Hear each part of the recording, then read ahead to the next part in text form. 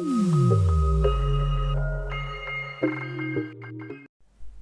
दोस्तों, नमस्कार। इस वीडियो में मैं आपको जानकारी दूंगा कक्षा 10वीं के अध्याय 5 प्रश्नावली 3 के। ये देखिए 13 नंबर प्रश्न है। अब इस प्रश्न में हम लोग देखेंगे इसको हल कैसे करना है। सबसे पहले हल और दिया लिख लीजिए और प्रश्न को ध्यानपूर्वक आप लोग पढ़िए कि यहाँ पे क्या लिखा है। यदि 10 बल्बों को 60 दिन तक 4 घंटे प्रतिदिन जलाने में 80 रुपये का विद्युत व्यय आता है तो कितने बल्ब, ठीक ना, तो 10 बल्बों को 60 दिन तक 4 घंटे करके जलाते हैं। 10 बल्बों को 60 दिन तक 4 घंटे करके जलाया जाता है तो हो जाता है, देखिए 80 रुपये का बिजली बिल आता है। तो कितने बल्ब को 16 दिन तक 3 घंटे प्रतिदिन जलाना है। 16 दिन तक 3 घंटे करके चालू रखना है, बल्ब को जलाए रखना है। तो बिल कितना आएगा, 40 रुपये। अब कितना बल्ब जलाना है वो आपको यहाँ पे पता करना है। तो जो चीज़ हमको मालूम नहीं है उसको हम लोग सबसे पहले उसको हम लोग मान लेते हैं। तो यहाँ पे हम लोग मान लेते हैं कि माना कि एक्स बल्ब जलाने पर, ठीक ना, माना कि एक्स बल्ब जलाने पर कितना रुपए बिल आना चाहिए, 40 रुपये विद्युत बिल आएगा। तो हम लोग लिखेंगे एक्स बल्ब जलाने पर 40 रुपये विद्युत व्यय। यहाँ पे मैं इसको मिटा के थोड़ा सा अच्छे से लिख लेता हूँ। यहाँ पे विद्युत व्यय होगा 40 रुपये का, क्या होगा, विद्युत 40 रुपये विद्युत व्यय होगा अगर एक्स बल्ब को जलाएंगे। अब कितना बल्ब हमको मालूम नहीं, इसलिए हम लोग इसको मान लिए। चलिए इसके बाद यहाँ पे हम लोग अब प्रश्न अनुसार हम लोग सेट करते हैं। तो प्रश्न के अनुसार हम लोग यहाँ पे देख रहे हैं कि 10 बल्ब को 60 दिन तक 4 घंटे जलाते हैं, ठीक ना। तो अब देखिए 10 बल्ब है, 60 दिन तक 4 घंटे प्रतिदिन चलता रहता है और बिजली बिल कितना आता है, 80 रुपये। तो यहाँ पे हम लोग लिख सकते हैं कि टोटल मिला के जो कितना घंटा जला है बल्ब उसको हम लोग यहाँ पे निकाल सकते हैं। तो टोटल मिला के देखिए यहाँ पे लिख सकते हैं 10 बल्ब, ठीक ना। यहाँ पे हम लोग लिख सकते हैं 10 बल्बों को 60 दिन तक 4 घंटे,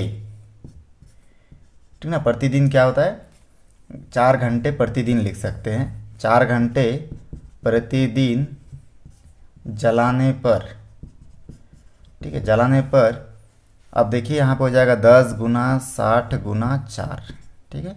तो हो जाएगा कुल मिला के 600 और 4 हो जाएगा 2400 घंटा।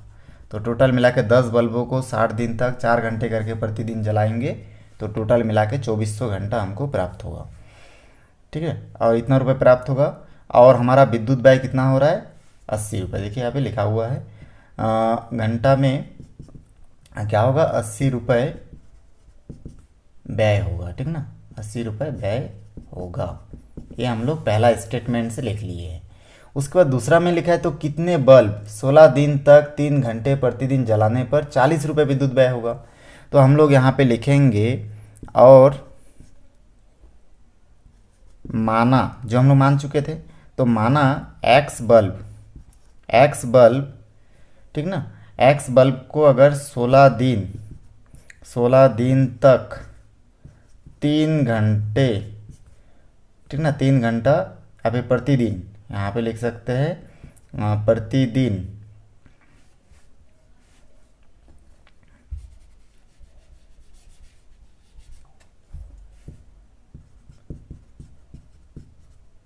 जलाने पर, ठीक ना। अब जलाने पर देखिए यहाँ पे हो जाएगा, क्या क्या होगा, जैसे पहले वाले को हम लोग लिखे वैसे ही। अब देखिए कितना बल्ब, तो हम लोग बल्ब की संख्या को मान लिया एक्स बल्ब को 16 दिन तक 3 घंटा करके जलाएंगे तो 16 × 48 और एक्स का एक्स मतलब 48x घंटा हो जाएगा। और इसमें घंटे में हम लोग को कितना रुपये खर्च आएगा, 40 रुपये, 40 रुपये। तो यहाँ तक आप लिखना समझ में आ गया होगा। बहुत आसान है। आपको सबसे पहले तो यहाँ पे प्रश्न के अनुसार जो दिया है 10 बल्बों को 60 दिन तक 4 घंटा प्रतिदिन जलाते हैं। तो 10 बल्बों को 60 घंटा माने 60 दिन तक 4 घंटा करके पर डे जलाते हैं। तो हमारा जो मेन आंसर आ जा रहा है वो रहा है 2400 घंटा। उसी प्रकार से हम लोग अब कितने बल्बों को जलाएंगे, तो हमको मालूम नहीं, इसलिए हम लोग मान ले कि माना कि एक्स बल्ब, और पहले भी हम लोग लिख चुके थे एक्स बल्ब को जलाने पर 40 रुपये विद्युत व्यय होगा। अब ये लाइन को आप लिख भी सकते हो, और अगर नहीं लिखना है तो इस लाइन को ना लिख के डायरेक्ट आप प्रश्न अनुसार यहाँ से इस लाइन में भी है, क्योंकि यहाँ पे भी हम लोग मान रहे, तो यहाँ पे भी आप इस लाइन को लिखेंगे तो भी हो जाएगा।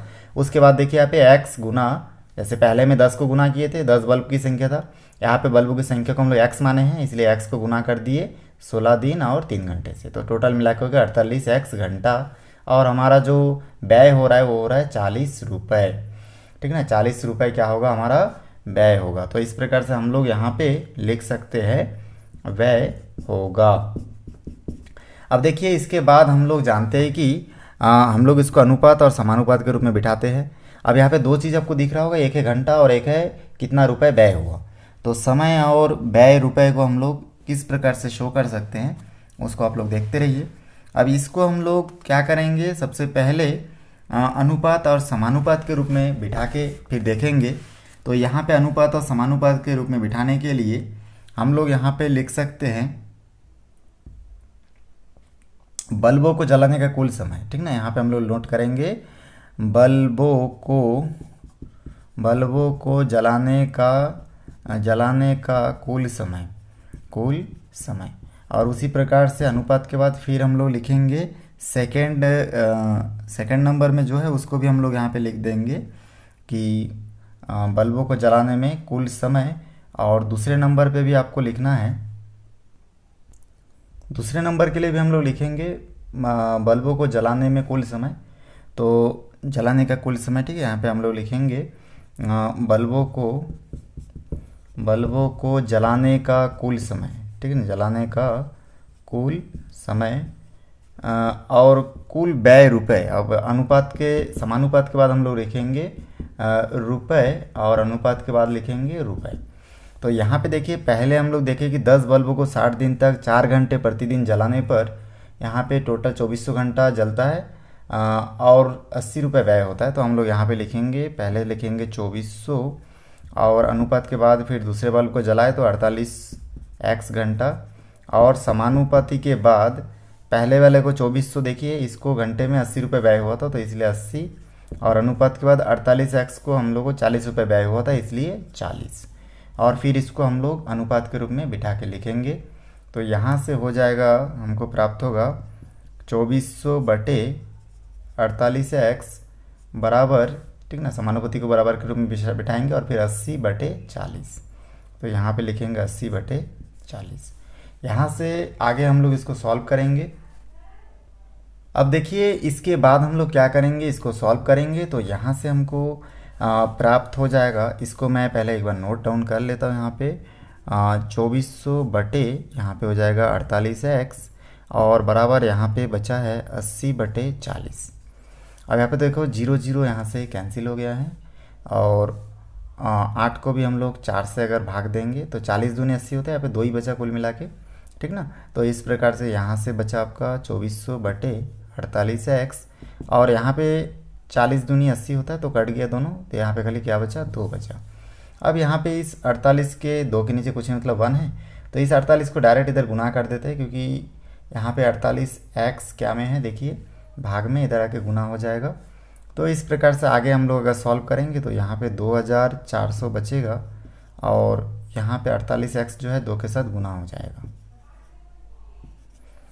अब इसके बाद आगे हम लोग इसको सॉल्व करेंगे, तब तक मैं इसको मिटा देता हूँ, ठीक ना। यहाँ तक आप लोग नोट कर लिए होंगे, बहुत आसान था। अब देखिए आगे हम लोग क्या कर सकते हैं इसमें। तो यहाँ पे हम लोग क्या करेंगे, अब यहाँ से इसको सॉल्व करेंगे तो हो जाएगा ये जो 48 और 2 है, ये दोनों को हम लोग क्या कर देंगे, यहाँ से आपस में गुना कर देंगे तो हो जाएगा 96 और x,